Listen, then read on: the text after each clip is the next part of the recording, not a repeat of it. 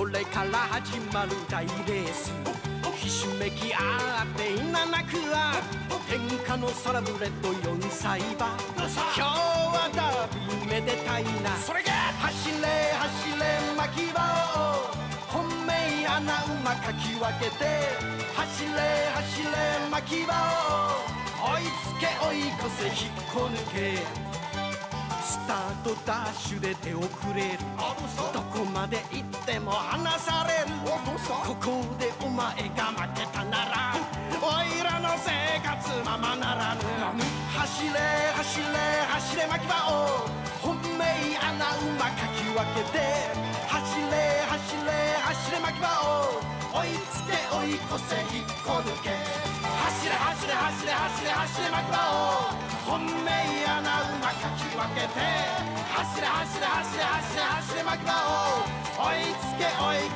せ引っこ抜け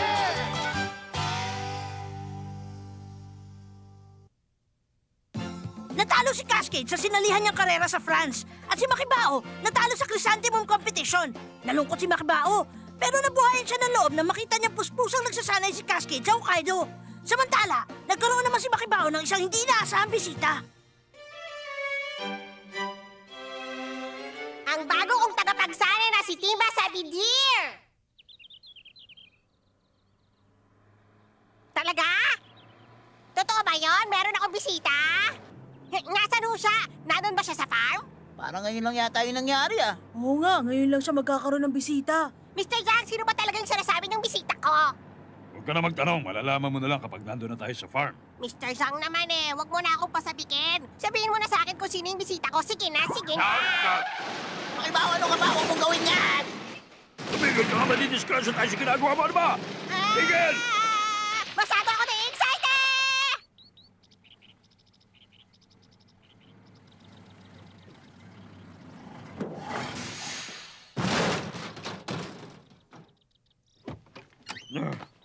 Ano ko?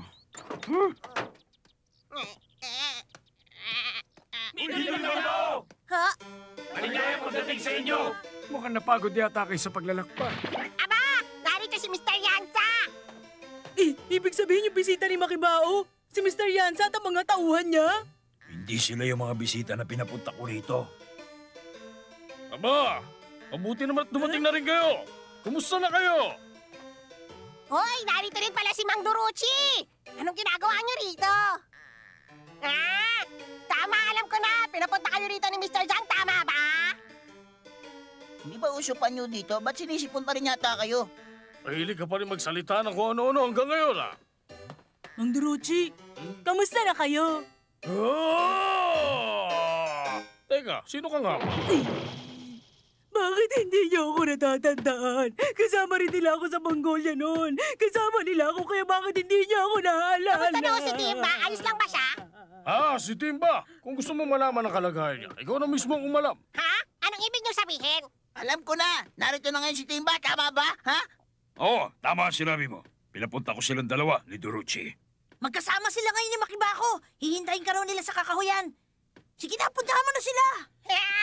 Narito si Timba! Kasama rin nila ako sa Mongolia noon. Kasama rin nila ako kaya bakit di niya ako naalala? Timba, nasa siya! Lumabas ka na, Timba! Narito na ako!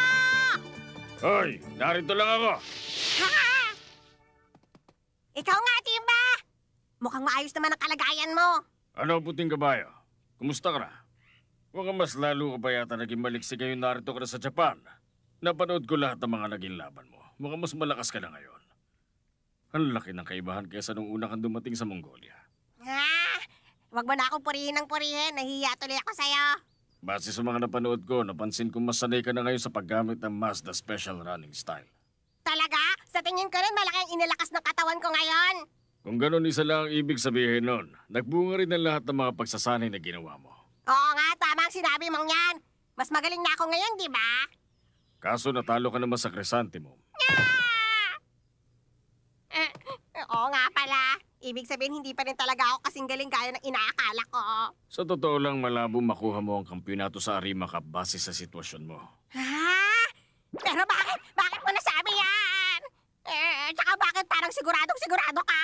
Dahil sa tuwing pinapanood ko ang pagtakbo mo, meron ako nakikita malaking kahinaan. Ano? Kahinaan? Basta ito lang ang sigurado. Imposibleng manalo ko sa estilo ng pagtakbo mo ngayon. Yun ang dahilan kaya pinapunta ako rito, para tulungan ka mapagtagumpayan ang kahinaang yon. Kaya simula ngayon, ako na ang magiging trainer mo. At di ka makakatakas sa akin. Kahit anong klaseng pagsasanang ipagawa mo sa akin, sa tingin ko magagawa ko yun. Teka, nasan nga pala si Makibako? Ang akala ko ba magkasama kayong dalawa ngayon? Yung bang pasaway na buriko na kamukha mo? Oh? Ha?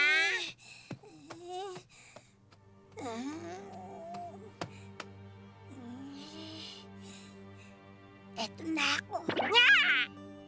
Aba, magaling. Ang aga mo nakabalik ah. Ang akala ko kasi aabutin ka na matagal. Nakakainis ka! Salbahe ka! Mananagot ka sa akin ngayon!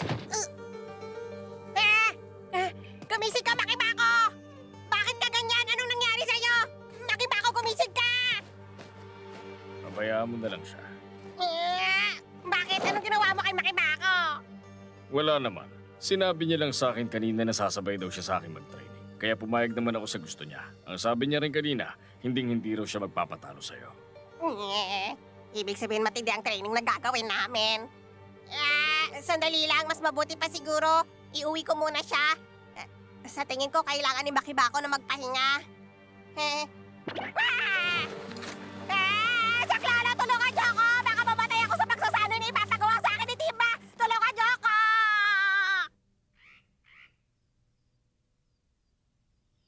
Kailangan matawid mo ang buong gubat na to sa pinakamabilis mong takbo. Ha? Yun lang ang gagawin ko?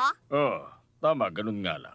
Pero kung iniisip mong madali lang yun, mali ka. Iba ang lugar na to kaysa sa ordinaryong lugar na pinagsasanayan. Ang lupang tatakbuhan mo rito, nababalot na makapal na niebe. At hindi lang yon, kailangan mo ring umilag sa mga puno. Ganun lang ang gagawin ko? Ang akala ko naman kanina kung anong klaseng training na to, madali lang naman palang ipapagawa mo sa akin eh. Nung bata pa ako, palagi kong nararanasang mauntog sa mga puno sa gubat. Kaya sanay na ako ngayon. Madali lang tumakbo at umilag sa mga puno. Kulang talaga sa training si Makibako. Ha. O sige, simulan na natin. Ngayon na!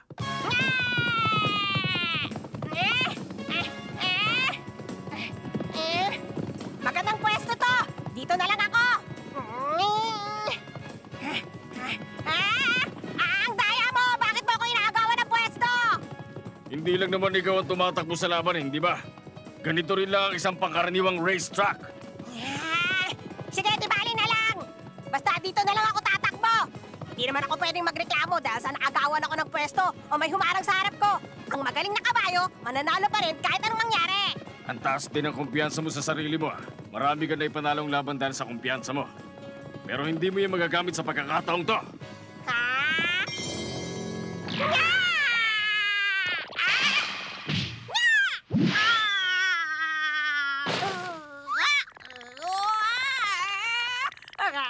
Kung hindi ka gagamit ang utak sa pagtakbo mo, hindi mo magagawang talunin yung malalakas na kalaban.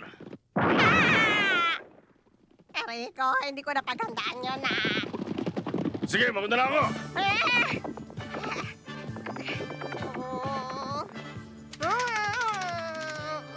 Kung iniisip mo na matatalo mo ako ngayon, nagkakamali ka!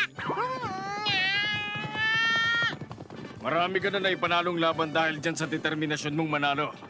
Ang problema, yan din ang pinakamalaki mong kahinaan. Anong sinabi mo? Kung talagang ginagamit mo ang isip mo, hindi mo sasayangin ang lakas mo sa mga pwestong hindi tama. Ang problema, taliwas doon ang ginagawa mo. Hindi ka lang basta mananalo kung susugod ka lang sa huling straight line.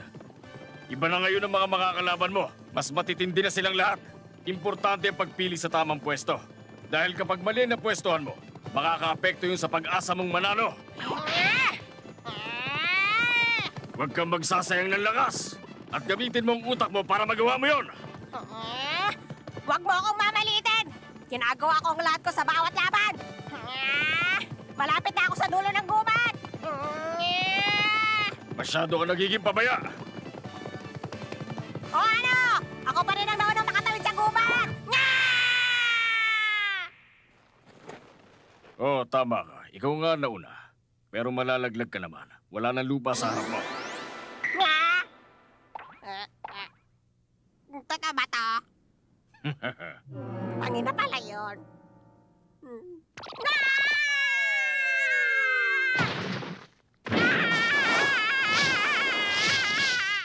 Tumakbo ka pa rin pagdating sa baba. Huwag ka lang tumingin sa harap. Tingnan mo yung mga puno sa paligid. Yung ligtas sa daanan lagi mong pipiliin. Tandaan mo yan!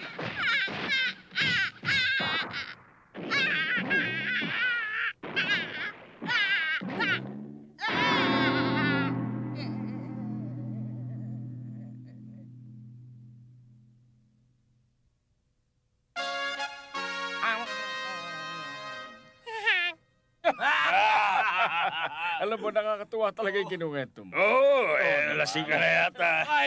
Mr. Zhang, bakit hindi ba umuwi sila Makibao? Oh? Ano yan? Hoy! Sino ka ba talaga? Hindi rin kita kilala. Sino ka nga ba?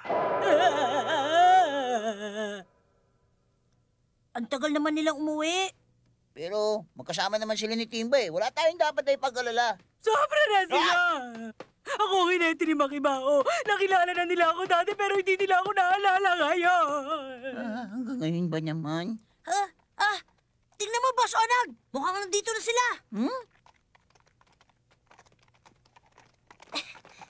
Ano, napagod ba kayo? Kanina pa nakahanda ang hapunan. Ayokong kumain, wala akong gana. Magpapahinga na lang muna ako. Teka, anong nangyari?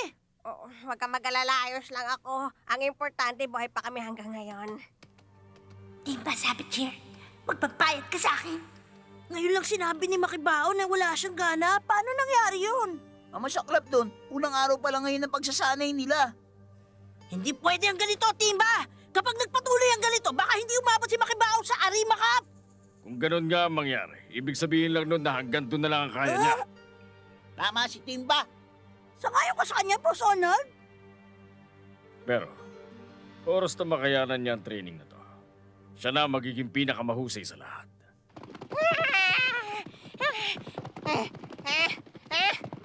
Nauna uli ako makatawid sa gubad. Hindi na ako nahulog sa pagkakataong ito. Ibig sabihin, panalo na talaga ako ngayon. Pagsasanay pa lang naman tong ginagawa natin. Yung totoong laban na mas mahalaga. Kaya naman, bumaba ka! Mag-iingat ka dyan sa baba! Huwag mong kakalimutan umiwas sa mga harang!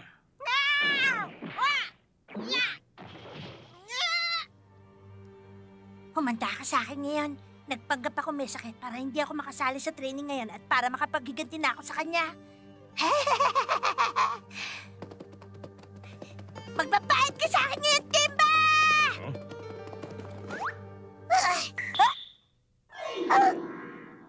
Naisa mo ako nung magpanggap ka may sakit. Ang problema, ikaw naman ngayon ang naisahan ko.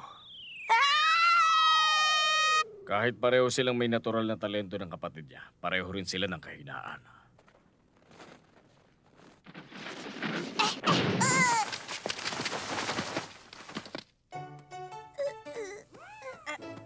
Anong nangyari, Makibako? Bakit pati ikaw nahulog din? Timba, Sabit here. Magpapahit ka! Oh, ano ba yan? Yan yung resulta ng boto ng fans para sa Arima Cup. Yung mga sasali kasi doon, depende sa kung sinong iboboto ng mga tagahanga. Kung ganun ano, naboto ba si Makibao? Siyempre naman ho, derby champion si Makibao eh. Ito tingnan nyo. Sandali, ano yan? Bakit may markang Tatsunok ang pangalan ni Cascade? Ano? Bakit nasa pangatlo lang ang pangalan ni Makibao? Teka muna, sino ba yung Cascade na yun? Siya ang matinding kalaban ni Makibao. Si Cascade ang tinanghal na G1 Race. Hindi yan ang sagot sa tinatanong ko! Ang tinatanong ko, bakit si Cascade na nangunguna at bakit nasa pangatlong pwesto na si Makibao? Kailangan si Makibao ang manguna! Pero yan ho ang naging resulta ng botohan eh, kaya ano namang magagawa ko?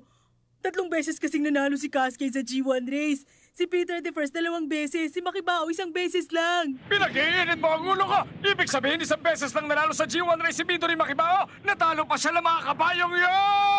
Yun na nga, yun talaga ang nangyari. Nakakainis! Bakit hindi mo agad sinabi sa akin yon?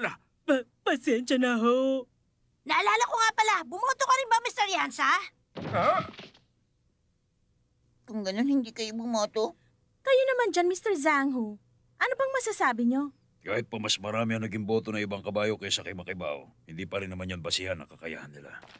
Sa totoo lang, mas nababahala ako sa kung anong kayang gawin nito pumapangalawang kabayo kay Cascade.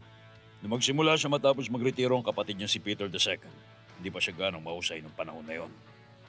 Pero unti-unti siya nag-improve hanggang sa manalo siya sa chrysanthemum competition at sa iba't iba pang malalaking karera. Matapos siyang manalo nun sa chrysanthemum competition, hindi na siya sumali sa Japan Cup. Mukhang ang Arima Cup talagang pinupuntirya niyang makuha. Ang sabi niya rito, si Cascade ba? Hindi ako natatakot sa kanya. Kung ano man ang paghahandang ginagawa niya ngayon, meron din ako ipantatapat doon. Kaya kung meron mang dapat matakot, siya yun at hindi ako. Ganon. Ganyan talaga magsalita ang mga mahuhusay na kabayong kagaya niya. Hindi na nakakagulat kung malitin man niyang kakayahan ni Cascade. Bukod kay Cascade, isa rin siya sa mga pinakapaborito ng mga tagahanga. Kilala siya sa mga karerang malalayo ang distansya, kaya na lang isa sa mga sinalihan niya noong isang taon. Bilis! Bilis! Hindi laro yung karerang sasalihan mo! Pero bukod sa pagiging mahusay ni Dragon Horse, kilala rin siya dahil sa kalupitan ng hinete niya. Sa katunayan, binansagan ng hineteng yon bilang The Devil Jockey. Saka bukod kay Dragon Horse, nandyan pa rin yung mga dating kalaban ni Makibao na sila Cascade, Peter I at Nick. Ang dami namang kalaban ni Makibao ngayon. Isang beses lang kasi sa isang taon kung ganapin ang Arima Cup. Kaya natural lang na magagaling ang kasali. Tama kayo. Pero kahit ganun, alam kong ilag pa rin sa kakayahan ni Makibao ang mga kabayong yan. Kaya nga tinawag na White Wonder si Makibao, hindi ba? Hindi ako pwedeng mabunggo sa mga puno!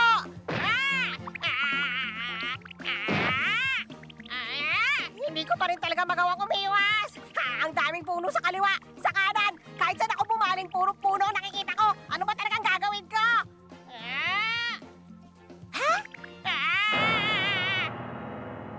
Paano na to? May mga puno sa kaliwa, may mga puno rin sa kanan! Umalis ka dyan, delikado!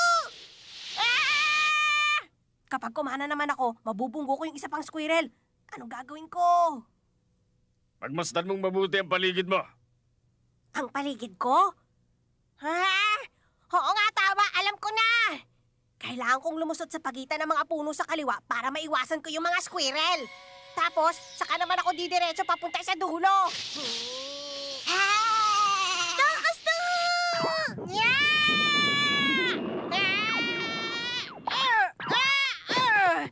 Timba, naintindihan ko na ngayon ang ibig mong sabihin.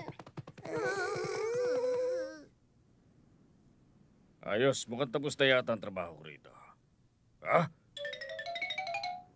Teka, ano ba yun?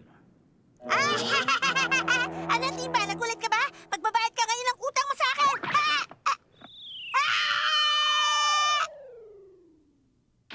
Naiinis na ako sa isang yon. Ibang-iba siya sa kapatid niya si Makibao. Para kasi talaga siyang bata kung umarte at kumilos. Hay! Huwag kang umasa! Makakauwi ka sa Mongolia lang walang problema! Naintindihan ko na ngayon ang pagsasanay na ginagawa natin. Malalakas ang mga kalaban ko sa Arima Cup at posible na magkaroon ng pag-aagawan sa racing lane. Kung ang pagsugod lang sa huling straight lane ang gagawin kong strategy, siguradong hindi ako mananalo sa laban. Hindi sapat kung yun lang ang gagawin ko. Kailangan pag-aralan kong mabuti kung saan ang magandang pwesto na matatakbuhan. Bukod doon, hindi rin uubra ang Mazda Special Running Style kung nahuhuli na ako. Ibig sabihin, marunong ka na ngayon pumili ng magandang pwesto sa racetrack? Sa palagay ko, oo. Kailangan ko lang sunggaban ng bawat pagkakataon. Ganon din ang ginawa ko nung naging derby champion ako. Kalahating tama at kalahating mali yung mga sinabi mo. Yung pagsugod mo sa pinakahuling straight lane ang pinakaalas mo. Sa tingin ko, kailangan mong mahigitan ng lakas ni Cascade at i-Bayer kung gusto mo talaga manalo sa Arima Cup. Sino? Si Bayer? Oo, siya nga. Hindi mo siya dapat maliitin dahil malakas siyang kabayo. Sa totoo lang, kung gugustuhin niya lang, meron siyang pag-asa na maging pinakamalakas na kabayo sa buong Japan. Ang problema, hindi siya marunong gumamit ng tamang taktika. Yung maling paraan ang ginagamit niya para lang manalo. Ibig sabihin, meron din palang pagkakatulad si Bayer at si Makibao? Oo, ganun na nga. Merong agwat ang lakas nilang dalawa pero pareho sila ng kahinaan. Tandaan mo, hindi mahalaga kung sino mauna sa simula ng karera. Iba-iba ang sitwasyon sa laban. kailangan mo yung obserbahang mabuti. Hindi pwede yung sugod lang na sugod. Dapat may taktika. Magpalit ka ng estilo kung hindi hingi ng pagkakataon. Hindi pwedeng magpakontrol ka sa sitwasyon. Kapag nagkamali ng ginawa, wala kang magagawa kundi makipagbuno sa lakas ng mga kalaban mo. At pag nangyari yon, masasayang lang ang lahat ng lakas mo. Sa madaling salita, bukod sa pisikal na lakas, kailangan mo rin pairalin ng lakas ng isipan mo para manalo sa laban. Yun ang sikreto ng tagumpay. Kapag nagawa mo yun, sigurado na ang panalo mo. Sige, tatandaan ko yon. Maraming salamat, Timba. 馬並みなのね